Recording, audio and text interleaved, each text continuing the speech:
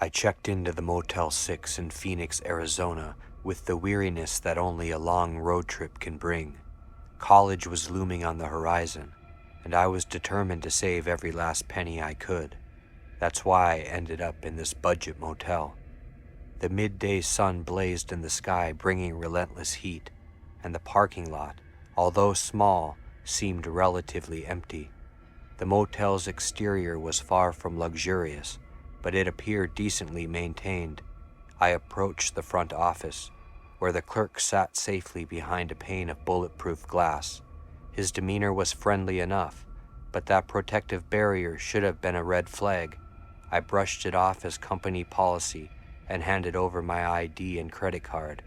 The room I was assigned to was clean. I spent the early evening hours lounging on the bed, mindlessly flipping through the limited cable channels, and I ordered a pizza.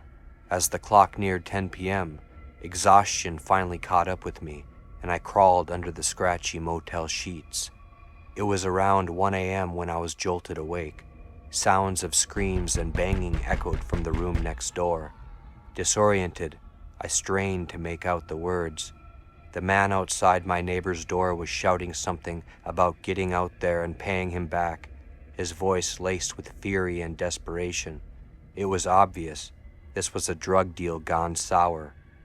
The man inside the room responded with equal venom, and their verbal exchange spiraled into a chaotic frenzy. My heart raced as I considered the situation. Fear gripped me. Then the sound of a door being kicked in reverberated through the thin walls. The shouting escalated into gunshots, one of which tore through the shared wall and shattered my TV. I hid under the sink, paralyzed with terror, realizing I could have also been shot through that wall.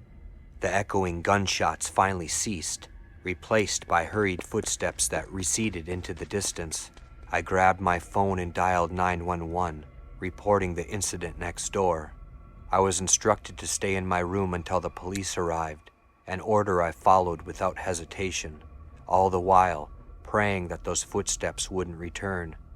When the police finally arrived, they swarmed the area. Their flashing lights painted a surreal scene of chaos. An officer took my statement, his face grim as he informed me that the man in the neighboring room had been killed. I was in shock, my mind grappling with the reality of how close I had come to the same fate. It could have been my life that ended in that seedy motel room.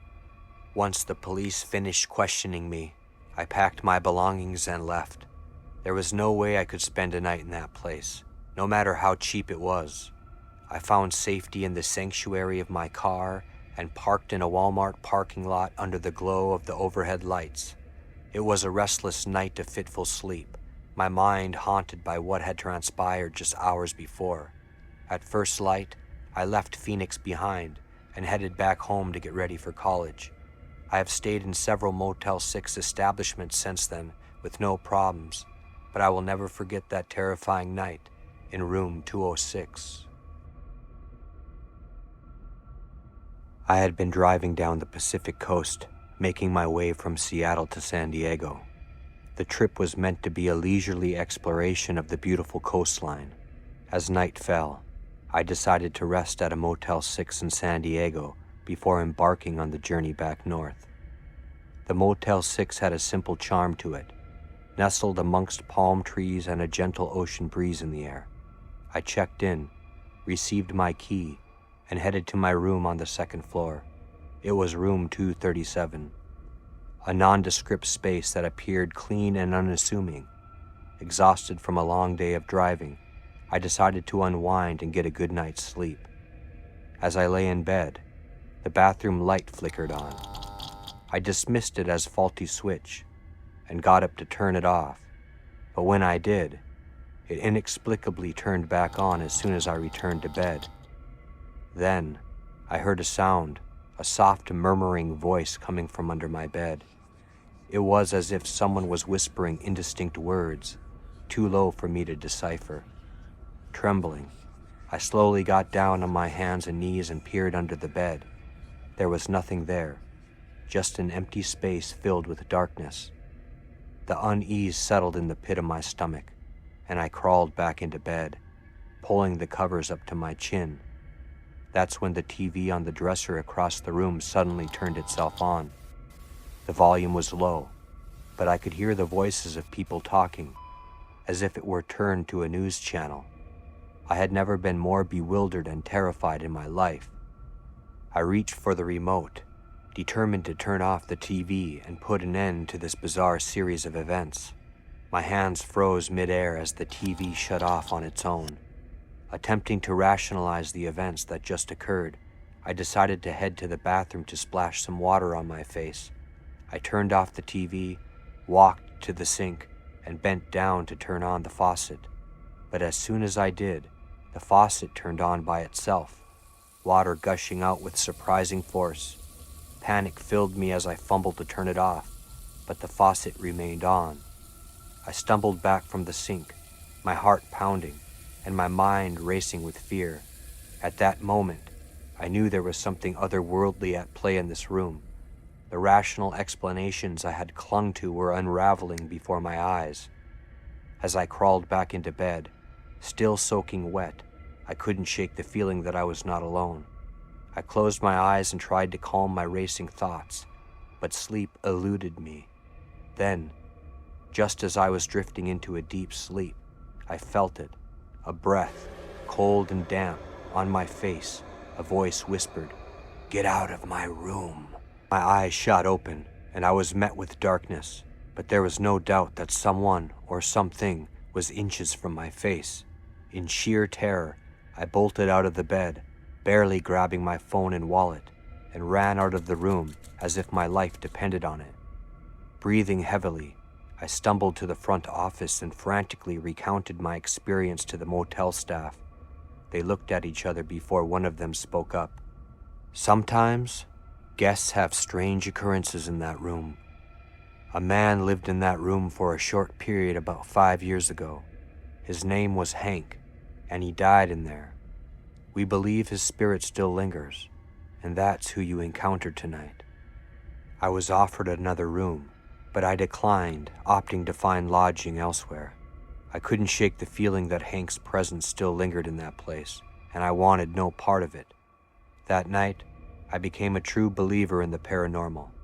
I left the Motel 6 in San Diego, leaving behind a room haunted by a restless spirit named Hank. It was an experience I will never forget. As I stood there in the dimly lit room at Motel 6, I couldn't help but wonder if this was a mistake. My wife and I had chosen this place because they allowed pets. Our little Chihuahua Nina was an inseparable part of our family, but the moment we checked in, it became apparent that this was a bad mistake. The Albuquerque night was covered with trash-filled streets and an unsettling presence of homeless people and drug addicts who seemed to have made the motel their makeshift refuge.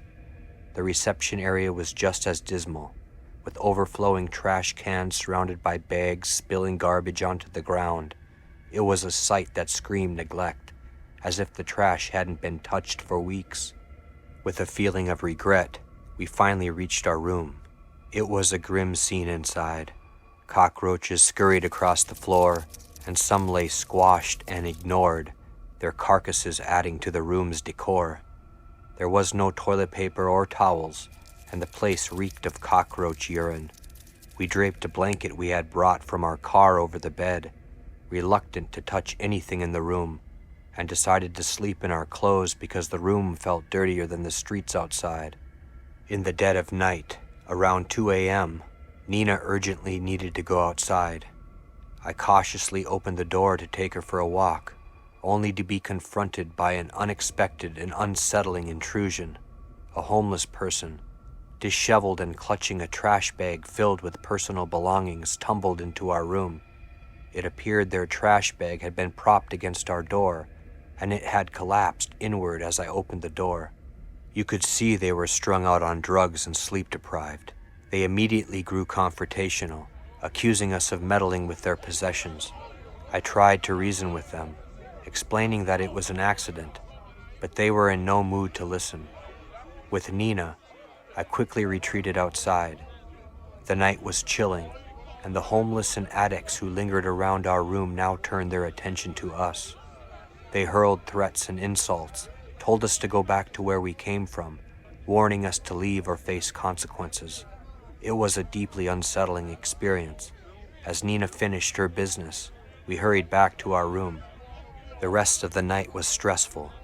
The group of homeless and addicts continued their menacing presence just outside our room, engaging in loud and threatening conversations. We called the front desk multiple times, hoping for some intervention, but their promises remained empty, and the disturbances persisted throughout the night. We felt trapped, our anxiety mounting with each passing minute. The night dragged on, an unending nightmare. We stayed awake, keeping watch, and whispered our fears and frustrations to each other. It was the most dreadful hotel experience we have ever endured, and we swore never to return to Albuquerque. The city's dark underbelly, with its littered streets and menacing inhabitants, had left an undeniable mark on us. As dawn finally broke, we gathered our belongings, desperate to escape this horrible excuse for a hotel. We left Motel 6 behind, vowing to put Albuquerque and its trash-filled streets in our rear-view mirror forever.